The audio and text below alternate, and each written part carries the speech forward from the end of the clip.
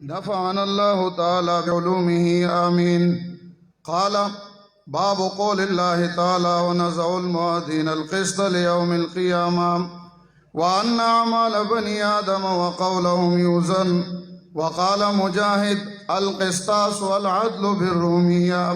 ويقال القسط مصدر المقسط وهو العادل، وأما القاسط وهو الجائر.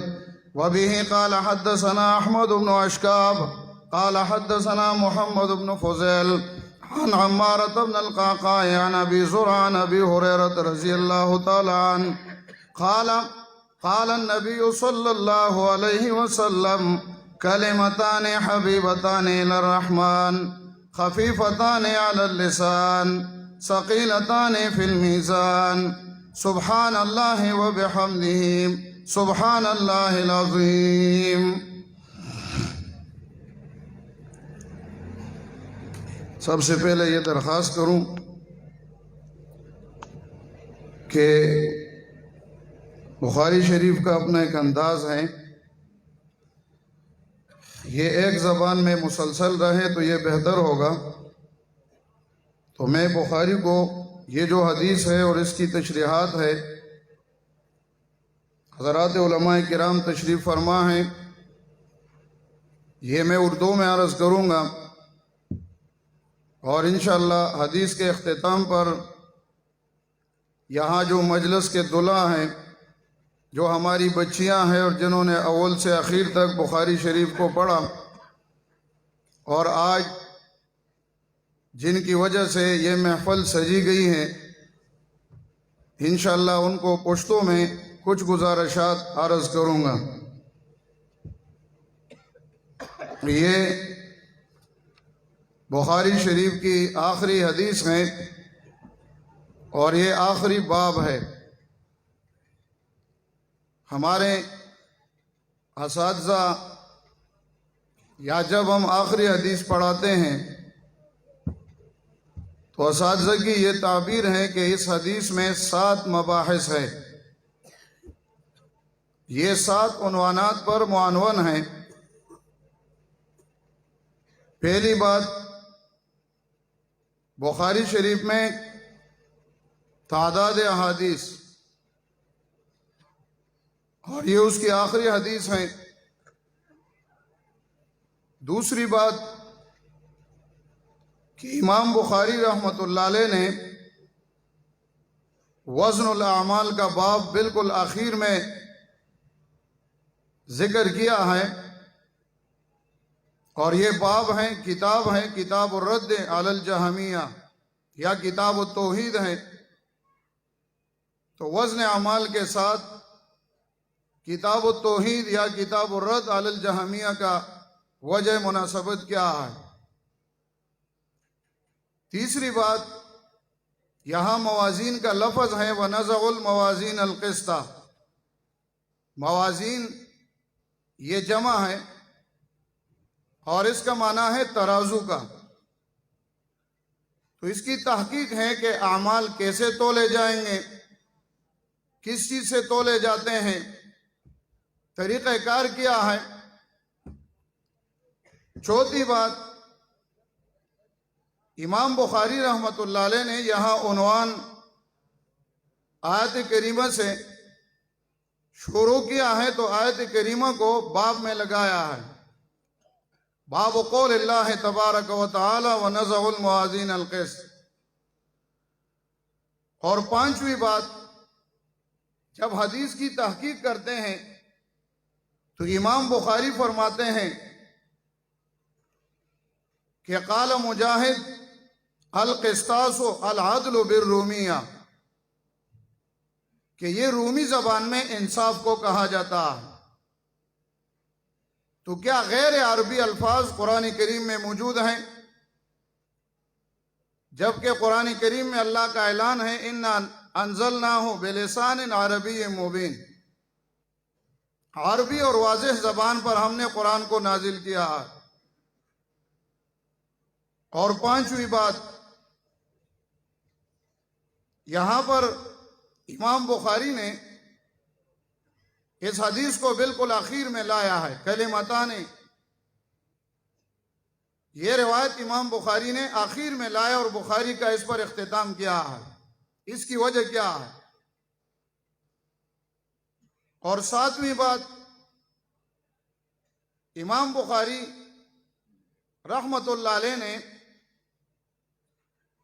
یہاں کس مناسبت کی طرف اشارہ کیا ہے کہ جس کو آپ نے ابتدا سے شروع کیا ہے؟ یہ کچھ علمی مباحث ہیں، اور ویسے بخاری شریف علوم کا مجموعہ ہے۔ جو حضرات بخاری پڑھاتے ہیں یا جن طالب علموں نے طالبات نے پڑھی ہے، ان کو اس بات کا اندازہ ہے۔ رات کا بھی کافی حصہ گزر چکا ہے، اور ہماری ماں بہنیں اور بچیاں انتظار میں ہیں، تو میں کوشش کروں گا کہ ضروری مباحث جو اس مجلس کے موافق ہو، مناسب ہو، وہ میں آپ کے سامنے پیش کروں گا۔ باقی انشاءاللہ زندگی رہی کسی اور مجلس کا انتظار کریں گے، اور اللہ تعالیٰ یہ جواہر پاریں، یہ موتیاں اللہ ہر وقت ہمیں نصیب فرمائیں۔ میں سب سے پہلی بات سے آپ کی طرف آ رہا ہوں کہ بخاری شریف میں احادیث کتنے ہیں؟ رسول اللہ صلی اللہ علیہ وسلم کے بعد تقریباً جو تیسرا دور، تیسری صدی آئی، اس وقت تک باقاعدہ کتابیں لکھی ہوئی نہیں تھی۔ ایسے محدثین اپنے لیے کاپیاں لکھتے تھے۔ صحابہ کرام میں بہت سارے محدثین تھے جن کو کاپیاں ان کے پاس رجسٹر تھے، جس میں وہ احادیث رسول اللہ کو جمع کیا کرتے تھے۔ حضرت عمر ابن عبدالعزیز رحمت اللہ علیہ نے اپنے دور میں یہ اعلان جاری فرمایا کہ اگر اسی طرح علماء دنیا سے رخصت ہوتے جائیں گے تو یہ احادیث رسول اللہ صلی اللہ علیہ وسلم محفوظ نہیں ہو جائیں گے، لہذا اس کا اہتمام اور انتظام کرنا ہے۔ اس وقت محدثین میں ابو بکر محمد ابن عمرو ابن حزم رحمہ اللہ، امام زہری رحمہ اللہ کو آپ نے دنیا کے اطراف میں خطوط جاری کیے اور ان کو بھیجا اور فرمایا انظروا ما کان من حدیث رسول اللہ صلی اللہ علیہ وسلم فاکتبوہ، دیکھو جہاں جہاں رسول اللہ صلی اللہ علیہ وسلم کی احادیث کسی عالم کے پاس محفوظ ہیں تو اس کو یکجا جمع کیا جائے۔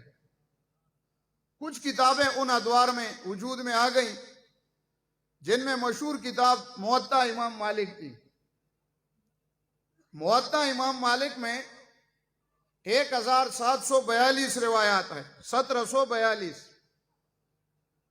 اور وہ امام ابو حنیفہ رحمۃ اللہ علیہ کے دور کے محدث ہیں۔ امام بخاری بہت بعد میں پیدا ہوئے۔ امام بخاری رحمۃ اللہ علیہ ایک دن اپنے استاد اسحاق بن راہویہ سے سبق پڑھ رہا تھا، تو استاد نے کہا کہ میری چاہت ہے کہ ایک ایسی کتاب جو صحیح احادیث کا مجموعہ ہو، ایسی کتاب کہ جو صحیح احادیث کا مجموعہ ہو، اس کو تیار کیا جائے۔ امام بخاری رحمۃ اللہ علیہ اس وقت طالب علم تھے، پڑھتا تھا۔ آپ کو یہ بات ذہن میں لگی، جب آپ فارغ ہوئے تو آپ نے یہی کام شروع کیا۔ 16 سال میں آپ نے بخاری شریف کی تکمیل کی، اور روزانہ آپ کا روزہ ہوتا تھا، اور روزانہ جب آپ کسی باب میں حدیث لکھتے تھے تو اس سے پہلے آپ غسل کیا کرتے تھے۔ اللہ تعالیٰ نے بخاری شریف کو یہ مقبولیت دی کہ آج محفل رونق ہے، آج مجلس کی اختتام ہے، اور آج ہماری دستار کی تکمیل یا ہمارے تاج پوشی اور سطر کی تکمیل وہ امام بخاری رحمۃ اللہ علیہ کے کتاب پر ہوتی ہے۔ یہ اس اخلاص کا نتیجہ ہے۔ امام بخاری رحمۃ اللہ علیہ خود کئی لاکھ احادیث کے حافظ تھے. اسی طرح دیگر محدثین کئی لاکھوں حدیثوں کے آپ حافظ ہوتے تھے. بخاری میں امام بخاری رحمۃ اللہ علیہ نے جو مکرر روایات ذکر کیے ہیں، ایک روایت کو کئی دفعہ ذکر کیا ہے. بخاری میں ایک روایت ہے حدیث بریرہ، ایک مثال ذہن میں آ گئی. حدیث بریرہ کو امام بخاری نے 25 مرتبہ ذکر کیا ہے اور مختلف مسائل اس سے ثابت کیے. 25 مسائل اس سے ثابت کیے، ہر باب میں الگ الگ مسئلہ ذکر کیا. ایسے ہی یہ جو روایت ہے یہ امام بخاری نے 3 مرتبہ ذکر کیا، کتاب الایمان والنذور میں، کتاب الدعوات میں، اور یہ آخری کتاب الرد علی الجہمیہ میں. اور ہر ایک کا الگ الگ مقصد ہے. میں انشاءاللہ یہاں کا مقصد آپ کے سامنے عرض کروں گا.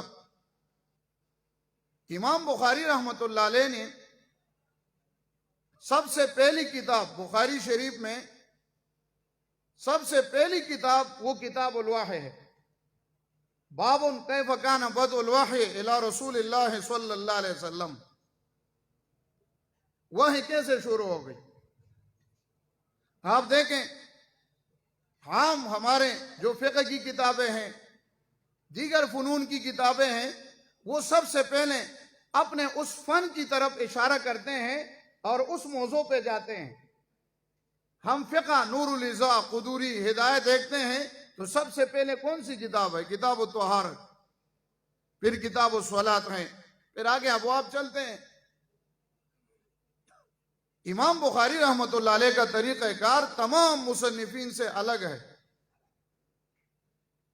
امام ترمذی نے، چونکہ وہ سنن ہے، سنن ترمذی ہے، سنن کا مطلب یہ ہے کہ ابواب فقہیہ پر مرتب ہو، تو انہوں نے بھی فقہی ابواب پر کتاب لکھی ہے. کتاب الطہارت، کتاب الصلاۃ اس ترتیب پر ہے. امام مالک رحمۃ اللہ علیہ نے اپنی کتاب اوقات الصلاۃ سے شروع کیا. مشکاتیں ہم پڑھتے ہیں، امام مسلم ہے، انہوں نے اپنی کتاب کتاب الایمان سے شروع کیا. لیکن امام بخاری رحمۃ اللہ علیہ نے اپنی کتاب کا آغاز وحی سے کیا ہے. باب کیف کان بدء الوحی الی رسول اللہ صلی اللہ علیہ وسلم. نبی علیہ السلام کی طرف ابتدائی وحی کیسے آئی؟ یہ اس بات کی طرف اشارہ ہے کہ دیکھو، ایمان، علم، طہارت، صلاۃ، حج، جہاد، نکاح، غزا، ہر معاملہ، یہاں تک کہ رد ہیں، کتاب الرد علی الفرق الضالہ، باطل لوگوں کی تردید، یہ بغیر وحی سے نہیں ہوتا ہے. بنیاد وحی ہے. تو باب کیف کان بدء الوحی الی رسول اللہ صلی اللہ علیہ وسلم. جب وحی آ گئی تو وحی کے بعد اب آپ دیکھیں، ایمان وحی کے ذریعہ، علم وحی کے ذریعہ، بنیاد وحی ہے. یہ پہلی بات. دوسری بات، امام بخاری رحمۃ اللہ علیہ نے ابتدائی کتاب میں جو روایت نقل کی ہیں وہ روایت ہیں انما الاعمال بالنیات، وہ کتاب الوحی ہے. یہ ہے کتاب الرد علی الجہمیہ. جہمیہ باطل پرست اور مبتدعین فرق کو کہا جاتا ہے، جن میں ایک فرقہ معتزلہ ہیں، مجسمہ ہیں، معطلہ ہیں، مشبہہ ہیں. یہ تمام باطل لوگ ہیں جن کے عقائد باطل ہیں. تو امام بخاری رحمۃ اللہ علیہ نے ان کی تردید کے لیے یہ کتاب قائم کی ہے اور ان پر مختلف طریقوں پہ رد کیا ہے. خاص کر خلق قرآن کے مسئلے میں اس وقت بہت زیادہ اختلاف تھا، اور امام بخاری رحمۃ اللہ علیہ جب امام احمد ابن حنبل کے پاس آئے پڑھنے کے لیے تو امام احمد ابن حنبل نے معذرت کی، کہا کہ میں بہت زیادہ امتحانات کا شکار ہو چکا ہوں، اب میرے وہ دماغ نہیں رہے اور آپ کا ذہن اور دماغ تیز ہے، لہذا میں آپ کو سبق نہیں پڑھا سکتا ہوں۔ امام بخاری نے امام احمد سے 2 روایات اپنے صحیح کتاب التفسیر میں اور کتاب المغازی میں امام احمد سے روایت نہیں ہے۔ تو اس وقت خلق قرآن کا مسئلہ چل رہا تھا، تو امام بخاری نے اس کتاب میں کتاب الرد علی الجہمیہ میں یہ عنوان رکھا کہ سب سے پہلی حدیث انما الاعمال بالنیات، اخلاص پیدا کرو، اعمال کا دار و مدار نیت پر ہے، یہاں تک کہ کسی پر رد بھی کر رہے ہو تو اس میں بھی اخلاص سے کام لے لو، تجاوز سے کام نہیں۔ آپ کا ذاتی رنجش اور اختلاف ہوگا تو اس اختلاف کی بنیاد میں آپ اس کے اوپر کفر کے فتوے لگائیں گے، نہ آپ اللہ سے ڈرو، اخلاص سے کام لے لو۔ شیخ صاحب یو قصه کوله، یو 2 ذمہدارانو پټي کې روان شیو، نو چې کور ته راغلل نو هغه ذمہدار ستړي شیو، نو یو ذمہدار داسې قبله ته خپې غوځول، نو دا بل ورته هسې غوسه وه، نو لوړې راوچت کا ډزه خپې ولا ماتې کړې، خلکو یې دا څه کوي اوده دی، وی نن چې په خانه کعبه غیرت ونه خورم نو بیا به کله خورم، په خانه کعبه غیرت نه خوړ، خپل غصه یې ورته۔ امام بخاری وی چې خپل غصه به نه وباسي، که په چا رد کوي نو مخکې به د هغې اصول ګوري۔ کتاب الرد علی الجهمیه، ځکه هلته انما الاعمال بالنیات، اخلاص راوړ، دلته کتاب الرد علی الجهمیه یې ولګاو۔ دریم مناسبت، امام بخاری دلته د وزن اعمال باب تړل دی او هلته د اخلاص باب راوړو، اشاره ده کہ آغا عمل با اللہ تا منظوری چاہے کہ اخلاصی، یعنی وہ عمل اللہ کے ہاں قابل قبول ہوں گے کہ جس میں کیا ہو، اخلاص ہو، بغیر اخلاص کے اللہ تعالیٰ عمل قبول نہیں کریں گے۔ حدیث میں ارشاد ہے، رسول اللہ فرماتے ہیں صلی اللہ علیہ وسلم کہ قیامت کے دن تسجرو نارو جہنم، قیامت کے دن جہنم کی آگ، جہنم کے ایندھن جب بنیں گے اور ان پر جہنم کی آگ گرم ہوگی تو وہ تینوں بندے، عالم و شہید اور سخی، ایک روایت میں ہے، ایک روایت میں حاجی ہے، قیامت کے دن ایک حاجی صاحب، ایک شہید صاحب، ایک عالم صاحب اللہ کے سامنے آئیں، اور ان کو حدیث ثلاثہ کہا جاتا ہے۔ اللہ عالم سے پوچھتا ہے، مولوی صاحب بتاؤ، آپ کو میں نے علم دیا تو آپ نے اس کی کیا خدمت کی؟ وہ کہتے اللہ ساری دنیا کو میں تبلیغ کرتا رہا اور قرآن اور حدیث بیان کرتا رہا۔ اللہ فرماتے ہیں آپ میں اخلاص نہیں تھا، آپ نے اس لیے کیا کہ لوگ مجھے مفتی صاحب، عالم صاحب، شیخ صاحب، بڑے صاحب کہیں، وہ القابات آپ کو دنیا میں ملے، آج آپ کا میرے پاس بدلہ نہیں ہے، اس کو جہنم میں ڈال دو۔ اللہ اکبر، اللہ تعالیٰ ہم سب کے حال پہ رحم فرمائے۔ اخلاص بہت بڑی چیز ہے۔ محدثین نے اپنی کتابوں کی شروع میں اس حدیث کو ذکر کیا، انما الاعمال بالنیات، اور یہ اس طرف اشارہ ہے کہ ہر عمل کرنے والا بندہ، ہر عمل کرنے والا، یہ بچوں کو ادھر سکھاؤ، اٹھو ادھر سے، ہر عمل کرنے والا بندہ وہ جب تک اس کی نیت اللہ کے لیے خالص نہ ہو اور اس کی نیت رضا الہی نہ ہو تو اللہ تعالیٰ اس کا اجر اور بدلہ نہیں دیتا ہے۔ یہ عالم ہے، شہید آیا، شہید صاحب بتاؤ کیا قربانی ہے؟ وہ کہتا اللہ آپ کے لیے جان دیا ہے، یہ لت پت بدن آپ کے سامنے لایا ہوں۔ اللہ فرماتے ہیں کہ تو لڑا تھا سمعتن و ریاءن، کہ لوگ مجھے بہادر کہیں، آپ دکھاوے کے لیے کر رہے تھے، آج آپ کا میرے پاس کوئی بدلہ نہیں، جاؤ جہنم میں اس کو ڈالو۔ شہادت سے دنیا میں کوئی بڑا مرتبہ ہی نہیں، اخلاص نہیں تھا۔ تیسرے نمبر پہ حاجی صاحب آیا، حاجی کا حج منظور نہیں ہوا، وہ بھی جہنم میں ڈل گیا۔ تو امام بخاری فرماتے ہیں کہ نیک اعمال کرو اخلاص کے ساتھ تاکہ قیامت کے دن ترازو میں تولے جائیں. ایسے نہ ہو کہ اعمال کریں اور وہ اعمال قابل وزن نہ ہوں. حدیث میں ہے کہ قیامت کے دن ایک جماعت اٹھائی جاتی ہے. رسول اللہ صلی اللہ علیہ وسلم ساقی محشر حوض کوثر پر کھڑے ہیں. سامنے سے بندے نظر آئیں. آپ استقبال کے لیے کھڑے فرماتے اس سے ہابی آ جاؤ آ جاؤ، یہ تو میرے ساتھی آ گئے. فَيُزَادُونِّي كَمَا يُزَادُ الْبَعِيرُ عَنِ الْمَاءِ. ان کو ایسے دھکیلا جائے گا جس طرح کے پیاسے اونٹ کو پانی سے دھکیلا جاتا. نبی علیہ السلام فرماتے یا اللہ صحابی، یہ جو میرے ساتھی بندے آ رہے تھے وہ کہاں ہیں؟ اللہ فرماتے ہیں یہ آپ کا ساتھی نہیں ہے. اِنَّكَ لَا تَدْرِي مَا أَحْدَثُوا بَعْدَكَ. آپ کو کیا پتا ہے، انہوں نے تو آپ کے دین کو خانہ خراب کیا. تمہارے دین کو انہوں نے نئی نئی چیزوں سے بنایا تھا، دین اسلام میں تحریف کیا. یہ مبتدعین ہیں. نبی علیہ السلام حشر میں بددعا دیتے ہیں فَسُحْقًا لَهُمْ سُحْقًا لَهُمْ لِمَنْ غَيَّرَ دِينِي بَعْدِي.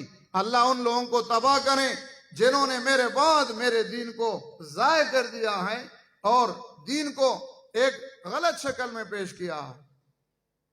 تو امام بخاری فرماتے ہیں کہ اپنے اندر اخلاص پیدا کرو تاکہ تمہارے اعمال وزن ہو جائے، تول کے قابل بنے. اور ایک اور بات علماء حضرات کے لیے عرض کروں گا کہ امام بخاری رحمۃ اللہ علیہ نے شروع والی حدیث انما الاعمال بالنیات وہ روایت بھی غریب ہے، اور یہ آخری روایت یہ بھی غریب ہے. غریب یہ ہے کہ ہر طبقے میں ایک ایک راوی ہو. تو وہاں پہ یحییٰ بن سعید الانصاری وہ روایت کرتا ہے علقمہ سے، وہ روایت کرتا ہے ابراہیم سے، ابراہیم روایت کرتے ہیں علقمہ سے، علقمہ روایت کرتے ہیں حضرت عمر سے رضی اللہ تعالی عنہ. عمر ایک سارے صحابہ میں، عمر رضی اللہ عنہ کا ایک شاگرد ہے علقمہ، علقمہ کا ایک شاگرد ہے ابراہیم، ابراہیم کا ایک شاگرد ہے حضرت یحییٰ بن سعید الانصاری. یحییٰ بن سعید سے 300 بندوں نے نقل کیا، لیکن شروع سے روایت غریب ہے. اسی طرح یہ جو روایت ہے یہ امام بخاری نے 3 اساتذہ سے سنا. کتاب الدعوات میں امام بخاری کا استاد ہے زہیر، اور کتاب الایمان والنذور میں امام بخاری کا استاد ہے قتیبہ ابن سعید. یہاں امام بخاری کا استاد ہے احمد ابن اشکاب. اور یہ روایت غریب ہے، ہر زمانے میں ایک ایک راوی نے اس کو نقل کیا. یہ ان لوگوں کے منہ پر تماچا ہے. علماء حضرات کے لیے بات عرض کر رہا ہوں کہ جو لوگ کہتے ہیں کہ بخاری میں غریب روایت نہیں ہے یا غریب حجت نہیں ہے،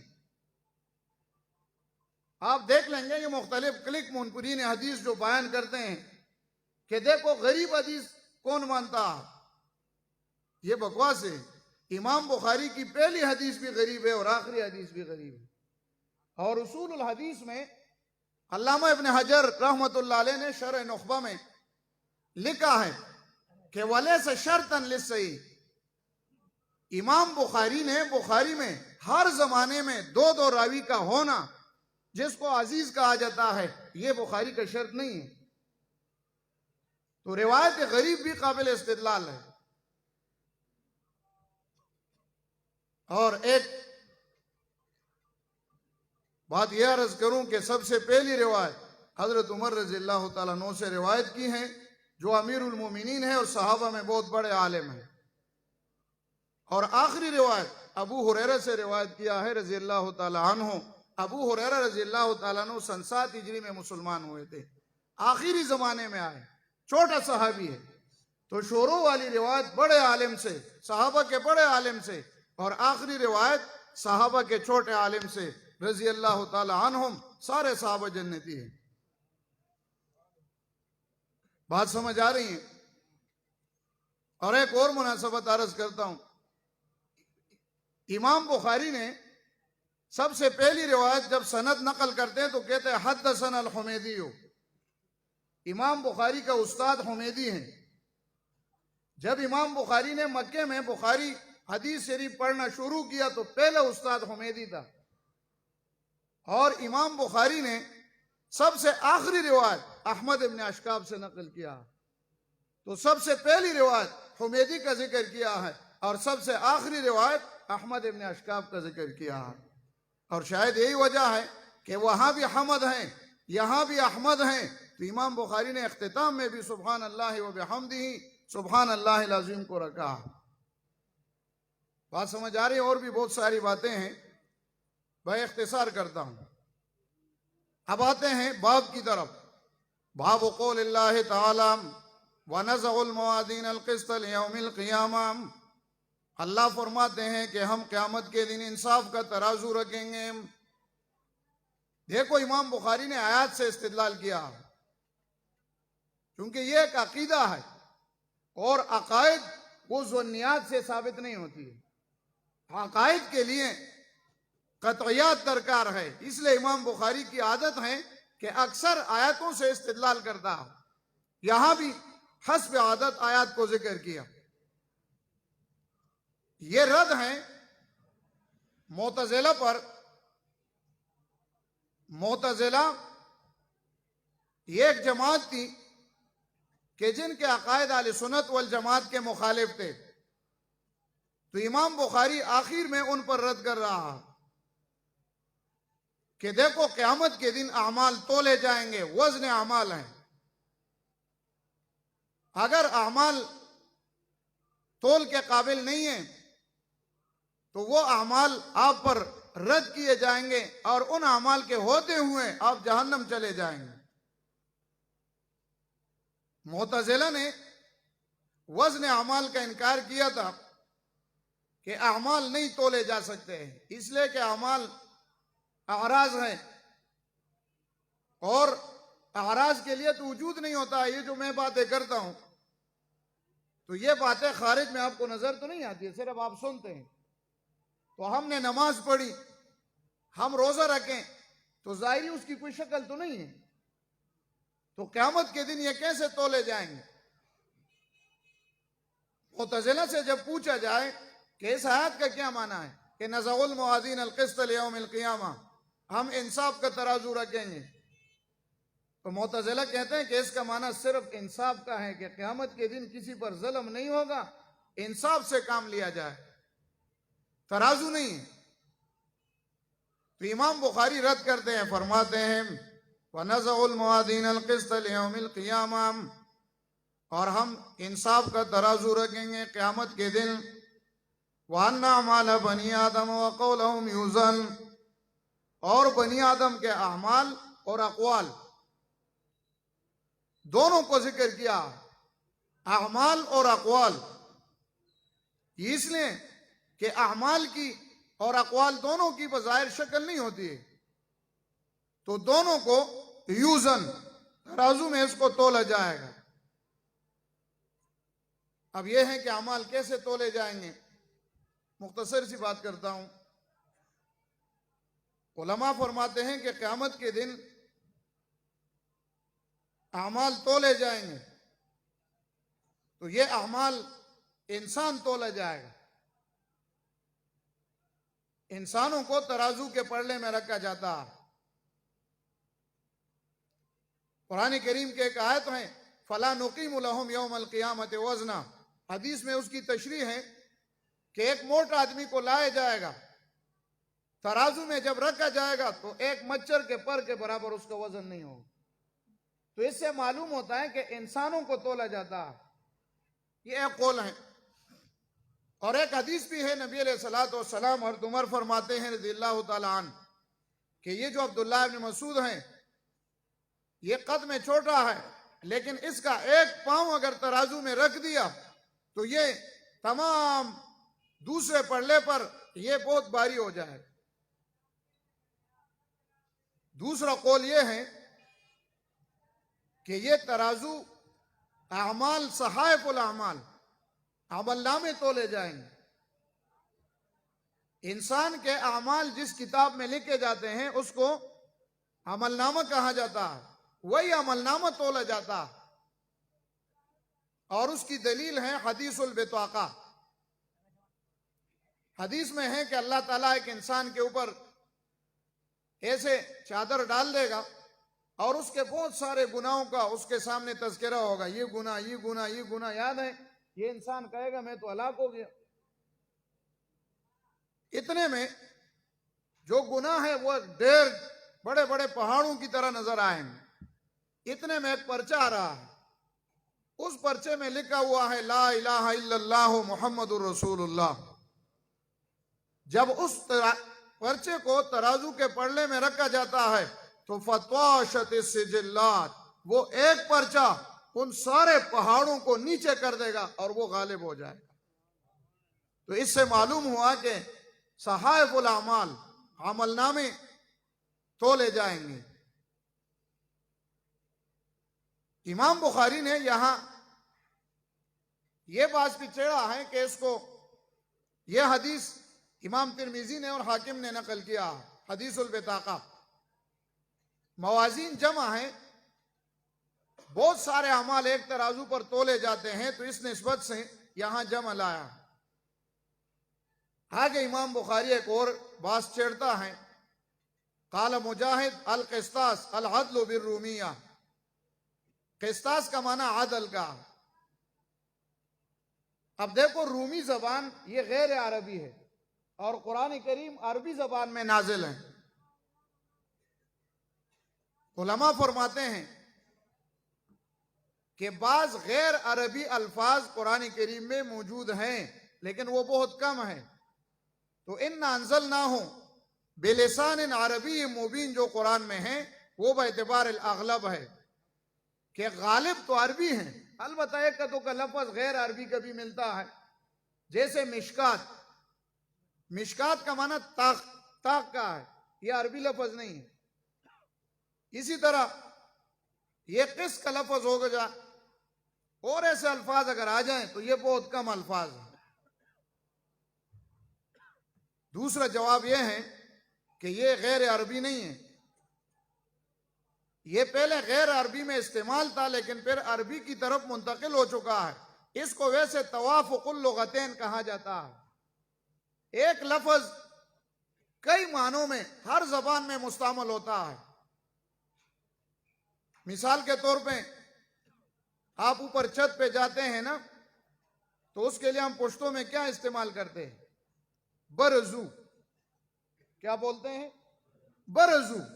اور برزو عربی میں بھی استعمال ہے، وَبَرَزُوا لِلَّهِ الْوَاحِدِ الْقَهَّارِ، اس کا بھی معنی تقریباً یہی ہے، ظاہر ہو جائیں گے۔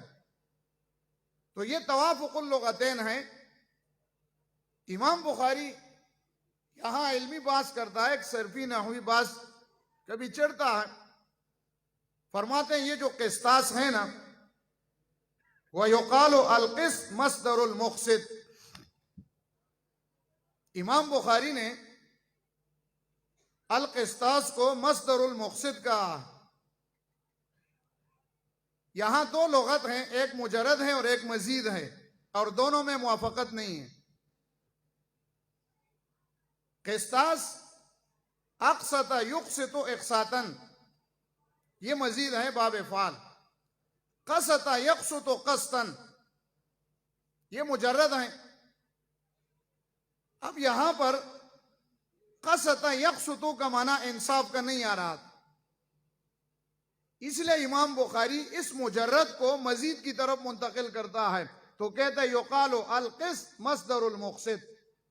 یہ جو قسطہ ہیں یہ مقسط کا مصدر ہے، اور یہ مصدر مقسط کا مصدر نہیں ہے۔ مقسط تو اس کا مصدر اقساط آتا ہے۔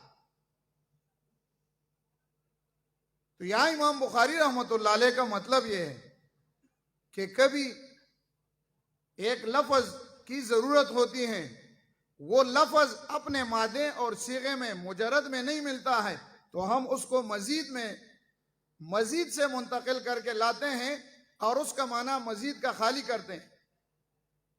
اب دیکھو 3 الفاظ ہیں مفردات راغب میں، امام راغب نقل کرتے ہیں کہ ایک ہوتا ہے القسط بفتح القاف، ایک ہے القسط بکسر القاف، اور ایک ہے اقساط مزید والا۔ قسط کا معنی یہ ہے کہ دوسرے کا حصہ لینا، قسط کا معنی اپنے حصے سے زیادہ لینا، یعنی دوسرے کا حصہ لینا۔ وَهَذَا جَوْرٌ، یہ ظلم ہے۔ نمبر 2 قسط بالکسر، قسط کا معنی ہے صرف اپنے حصے پر اکتفا کرنا۔ وَهَذَا عَدْلٌ، یہ انصاف ہے۔ اور تیسرے نمبر پہ ہیں اقساط۔ اقساط یہ وہ ہیں کہ اپنا حصہ کسی اور کو دے دے، اعطاء